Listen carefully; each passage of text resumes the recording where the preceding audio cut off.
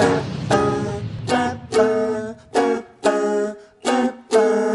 1 minute to talk about Doctor Who. Just 1 minute, or maybe two. Welcome to YouTube, we're talking Doctor Who. For you. Hello and welcome to this second in my series of ranking Doctor's stories. And this time we're doing the Second Doctor. For details of the preference revealer and how that works, see the previous episode on the First Doctor, but we are going to dive straight in to this one. And you might already be able to start to think, oh, hang on, which stories have longer titles and are therefore going to land in some other places on this list. But anyway, let's crack on. The Power of the Daleks comes in at number 5. I think this is a great kickoff for Troughton. In fact, I think a theme that you'll see come out in this is that I enjoy the majority of first stories for Doctors and dislike the majority of final stories for Doctors. Troughton is the exception, one of the exceptions in that rule. But Power of the Daleks is a great scheming. You know, I mean, people say that David Whittaker writes the Daleks better than Terry Nation. I think that's probably true. Just the sort of slow build. You know, we know who the Daleks are. We, as the viewers, we know that Troughton has been cast as the Doctor. You know, but the story is kind of built around the fact that the companions don't know that he's the Doctor, or not sure he's the Doctor initially, and that the colonists don't know who the Daleks are. And so the sort of the tension of that building, and the animation has really brought it to life in a way that I don't think the story was accessible to me before. So yeah, Power of the Daleks, cracking story. The Highlanders. Now, this is one of those ones where the clearly the way the algorithm for the preference revealer works is it doesn't give you a matchup between every single story and every other single story.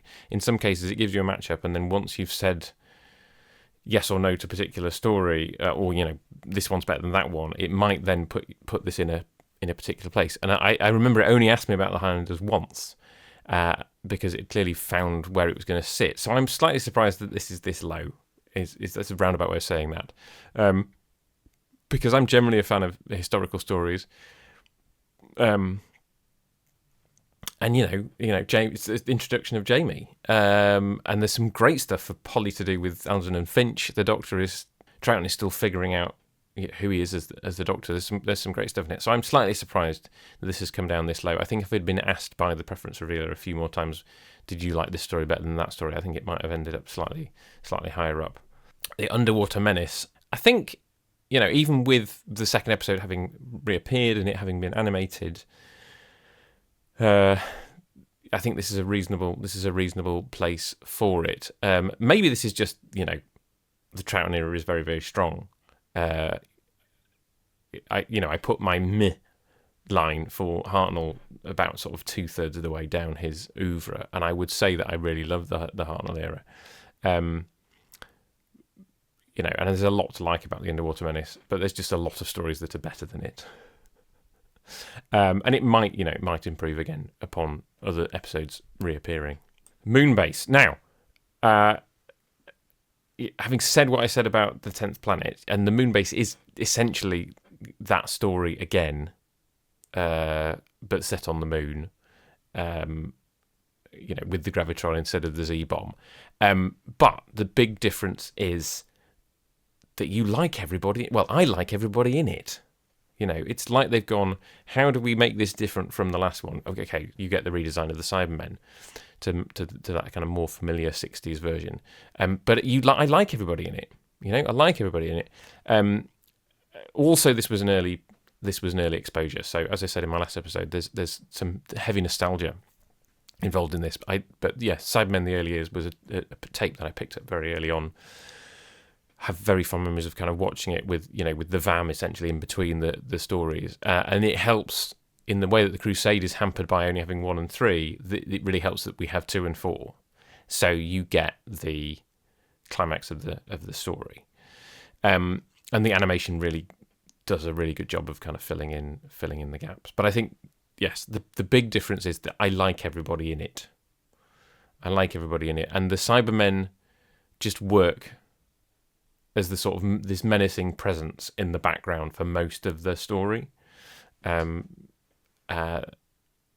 yeah, this is one of those exceptions to the rule about Cybermen stories. I really like the Moonbase. The Macra Terror. Now, this feels like a story that I should like, because it shares many sort of themes with The Prisoner, which, you know, I'm a big fan of. Done the Prisoner podcast. If you've been around for any length of time, you'll know that I like The Prisoner. And I don't know what it is about the story. Maybe it's just the whole Ben being brainwashed. I really don't like that aspect of the story. Because I don't like bad things happening to companions, really. And so maybe that's an aspect of it. I'm not sure what it is. But this one's never really landed with me. And I wish it would, because on paper, great, but for some reason, and the animation has done a great job at kind of bringing the story back to life. But for some reason, this lands kind of low on the list. The Faceless Ones. I think this is great. This is Malcolm Hulke and his co-writer David Ellis, I think it is. Malcolm Hulke's first dip into Doctor Who, and it's a fantastic story, because it's not your typical alien invasion story. It sort of typifies Malcolm Hulke's writing, is that he's much more thoughtful about, like, well, how am I going to tell a story differently from how other people do it? And this one is, a disaster has befallen us, and we have the technology to steal human forms to kind of give ourselves form. It's a great kind of concept as to why they're doing what they're doing. The cliffhanger where the plane flies into the space station is one of the best cliffhangers in Doctor Who history. I know some people say the story drags, but I enjoy it. And again, the cast is great. You've got Colin Gordon. Talking about The Prisoner with the Macra Terror, you've got Colin Gordon, who was a fantastic number 2. He's fantastic as the exasperated commandant of the airport, and everybody else. Some great, fantastic, some guest performances in this story, which make it kind of come alive. It's just a shame about, obviously, Ben and Polly being written out in the way that they are, as so many of their predecessors were. But yes, I love the Faceless Ones, and the animation, really brings it to life. So I've put the Evil of the Daleks below the Faceless Ones. I don't have any qualms about doing that. I know people think highly of this story, and it's still in the top half of Troughton stories according to this list. Obviously I prefer Power to Evil, and there's some interesting stuff going on, with the 60s and then the Victorian era and then Skaro, the jumping around of settings and times, and the Dalek Emperor and all that kind of stuff. So I'm not sure quite. It's probably one of those, just, it's good, but others are better. That's all I have to say about it, really. This is perhaps my biggest piece of sacrilege for the Troughton era, is the low ranking of Tomb of the Cybermen. This definitely falls into the category of gets worse when the Cybermen turn up. Like, the first half is definitely better than the second half, but also, again, I don't like anybody in it, really. And the Doctor is a dick. The Doctor is not a nice person in this story. Yes, you have that wonderful scene with him and Victoria, where they're reflecting on, the past and grief and all that kind of stuff. It's a lovely, lovely scene, beautifully written, beautifully played, beautifully directed. But I don't like the Doctor in this story. He's manipulative in a way that I think crosses a line. And it's one of those ones where you're like, actually, there's some darkness to the Doctor's character, which I don't mind, actually, because I guess overall I prefer that to the sort of idolising of the character that the new series has done. But that doesn't mean that I kind of want to revel in his darker moments. It's just a case of, we appreciate that this character is flawed. But I think that he has blood on his hands as a result of this story. No question.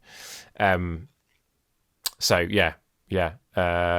Visually there's some good stuff going on, but as you can see, I much prefer the Moonbase over the Tomb of the Cybermen, and that is something that I think very few Doctor Who fans would say. The Abominable Snowmen. It's never been a particular favourite of mine. I don't know. I think it's a combination of the setting and, there's Yeah, I don't know. I'm not entirely sure. I think the story plods a bit. The Yeti are,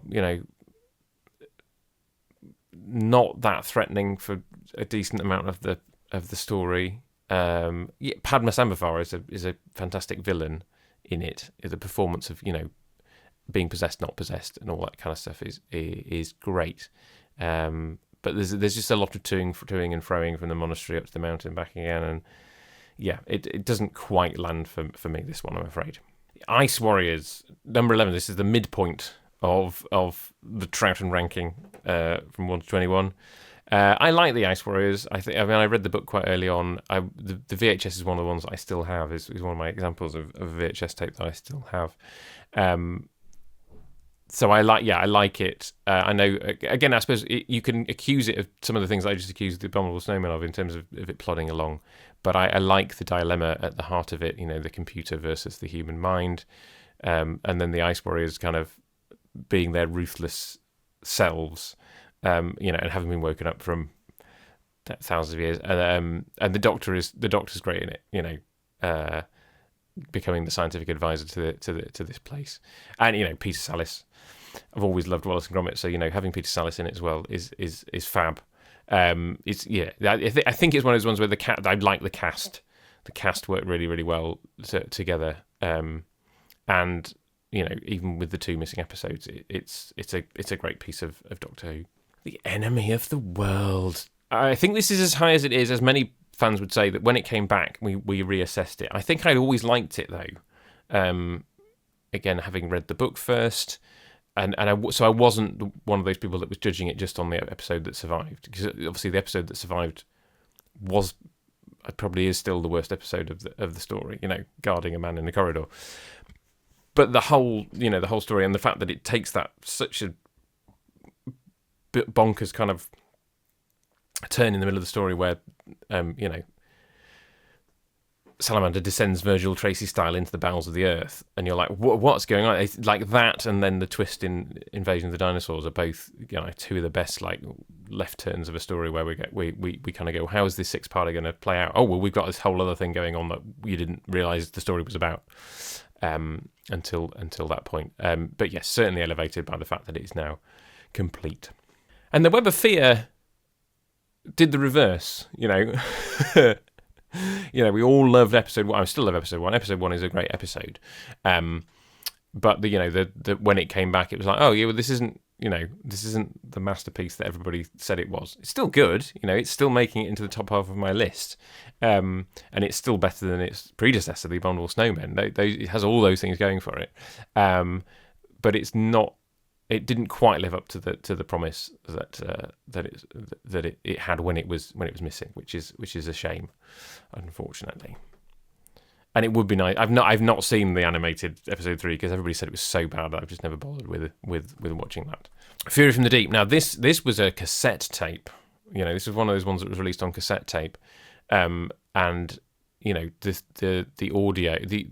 I think it's one of those ones where, I like the animation. I know lots of people have a problem with the animation. I do like the animation, but I think this is one of those ones that works so well on audio because the soundscape of it is so effective and creepy. But it's also lovely that it's one of the creepiest Doctor Who stories ever, and yet it's one where nobody is dead at the end. You kind of assume that people have died along the way, but actually they all survive because the weed is never actually wants to kill anyone off. They just want to possess them, so everybody ends up unpossessed at the end. But yeah, delightfully creepy. I'm not always a fan of creepy. There's lots of creepy things I don't like, but this one really, really, really, really works, and is still, you're left at the end of the story with lots and lots of unanswered questions. We never really find out about the weed. We never see it again. We don't even know whether it was alien or a product of Earth. But yeah, delightful soundtrack. And we have the censored moment of Oak and Quill, and you're just like, yeah, this works. So I would love to see it back. Definitely would love to see it back. But I think, again, as I said, the animation works. Fantastic. Wheel in Space. This definitely, I think, would be better if there was more of it. Didn't grasp me at all in the way that the Moonbase did. on the Cybermen the Earliers video. But I like Zoe. Zoe and Jamie are my after Ian, Barbara, Vicky TARDIS team. Jamie, Zoe TARDIS team are my second favourite. So this is the start of that. And it's a great introduction for her as a character. The Cybermen scheme obviously is absolutely bonkers, complete and utter nonsense. But what does exist is good. I would just love to see a bit more of it, and then it might go up in my estimation. So I think we're saying that this is the point on the list. The sort of 14 and below is the sort of not so much for me. Though, as I said, there's a couple of stories down there that probably deserve to be a little bit higher. Oh, the Dominators. Yeah. I think I definitely enjoyed this as a book. But yes, the TV version is just a bit lumpen. I don't think there's much to say about it really. There's a reasonable story in there somewhere. Just the production lets it down. Yeah, I think is all I'll say about that. Mind Robber coming in at number 2. Now, this is definitely a nostalgia thing. VHS of the Mind Robber is one of the very earliest ones that I owned, probably one of the first sort of 4 or 5 tapes. Partly because it was one of the few Troughtons that was available. Not only because there weren't many Troughtons available to release, but it also, was one of the ones that was available at the time when I was starting to buy VHSs. But it's a great story. I love that first episode. Again, sort of born by the necessity of having to find an episode from somewhere when the Dominators went from 6 to 5. And then the rest of the story itself, the Land of Fiction is a great conceit. I know people talk about the idea of the Land of Fiction coming back. I think it's one of those like one and done stories. I don't think we need to go back to the Land of Fiction, but for the one episode that they did, one story they did there, it really, really works. I love it. The Doctor's duel at the end, where he's trying not to accidentally say the wrong thing and become a fictional person is delightful. And Zoe and Jamie kind of having their own adventures in the Land of Fiction is just lovely. And it was one of the few genuinely surprising moments I ever had, because a lot of stuff I read about, either read the story or read about the story beforehand. But because the tape on the back said 100 minutes, and my experience of 100-minute stories was, well, a 100-minute story is a 4-parter. To get to the end of part 4 and that cliffhanger happen, you're just like, hang on, what? And because I hadn't really been taking into account that the episodes were sort of 18, 19 minutes rather than the usual 25. So to have that was one of the few genuine surprises that Doctor Who's ever given me, that this story wasn't about to end. There's another whole episode afterwards. So there's a lot of nostalgia going on with this particular story. The invasion. So yeah, we basically got the moon base riding high, and then we've got the other Cybermen stories at 12, 13, 14. This definitely is the epitome of it's worse once the Cybermen turn up. Those first 4 episodes are really, really good. In fact, I think the last time I watched it, I just watched the first 4 episodes and then stopped. Because the Doctor and Tobias Vaughan, facing off against each other, even though, 2 of those episodes are animated, and they are still the high watermark for Doctor Who animation. Sadly, the first ones they ever did. I know because, circumstances surrounding the production of that mean that it's so much better than, and probably had the best budget, I suspect, of anything that's been animated with Doctor Who. But that aside, all those first 4 episodes where they're kind of, there's a lot of kind of cat and mouse and bluffing and double bluffing, and those scenes between the Doctor and Vaughan are great. And then the minute that the Cybermen turn up, it's like, oh, okay, yeah, I'm done now. We've got 4 episodes of this, of them lumbering around. So that's why it's ended up where it is. It's a story of 2 halves. I like the first half. I don't like the second half. Something had to be at the bottom. Oh, it could have been the Dominators, could have been the Highlanders. It's the Crotons. That's where it's ended up. And I don't dislike the Crotons. It's perfectly fine. But yeah, it's just so much better. That's better than it. I think it's probably that is. It's there because it's just there to make it's there to make up the numbers of the Troughton era, and it's one of those things you just go, yeah, if I could swap this for a missing one, I probably would, and I obviously Robert Holmes would go on to do much greater things for the show. Now, I think you can probably guess how these last three are gonna play out. Seeds of Death. It's great, fantastic story. Second outing for the Ice Warriors. The T-Mat thing, the rocket thing, Fuchsium being the sort of traitor. There's just it's really well written, really well characterized, and really tense. You know, there's some really good tension in it, and you know, exploring a possible future of technology falling into obsolescence and then having to be brought back, and the Ice Warriors kind of coming to invade their near neighbour. I know obviously there's the criticism of the fact that, you know, you're invading a planet that's got a lot of rain and your plan relies on it not raining and you kind of sabotaging the weather controls and stuff. But that aside, I think it's a really well done story. I very much enjoy it. But unlike many, this was not one that I came to on VHS. This was definitely a kind of, once the DVD came out, that's when I was able to experience the story. So yeah, Space Pirates 19. I love the surviving episode. You know, I have a lot of time for Milo Clancy. I know some people don't like him. So I think, again, this is one of those ones where you're just like, it's down here because it's missing. You know, it's down here because it's missing. Yeah, not much more to say. I love the idea that other people have had of remaking it Fireball, like it's Fireball XL5. You know, if you're gonna remake one Doctor Who story with Super Mario Nation puppets, this is the one. I would love to see that. I mean, you know, it's not going to happen. But you know, I would, if one of their missing episodes that is rumoured at the moment is from here, I'd be quite happy to see another episode of this. But as it stands, it's down there. So finally, yes, the War Games.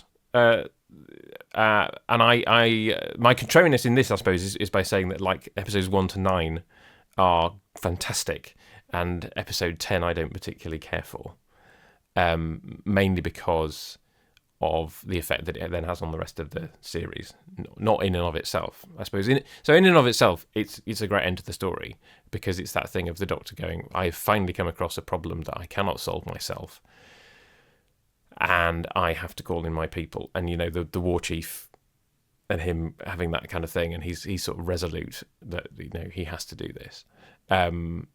So dramatically, it's fantastic. In hindsight, you're like, well, yeah, then all the rest of the Time Lord nonsense comes from here.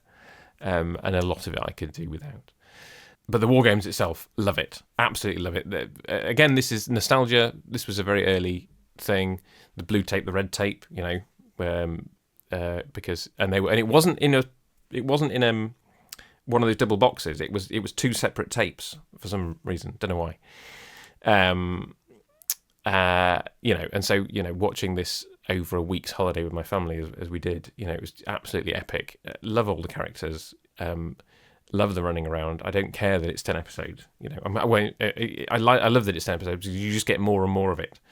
And I know some people find that padding, but I love it all. And the very existence of a cut down version is an affront to me.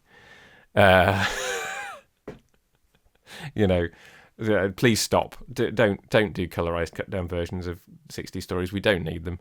Don't do it. Watch the full 10 episodes. It is fab.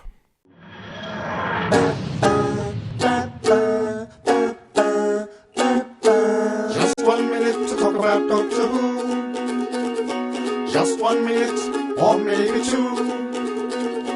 Welcome to YouTube, we're talking Doctor Who.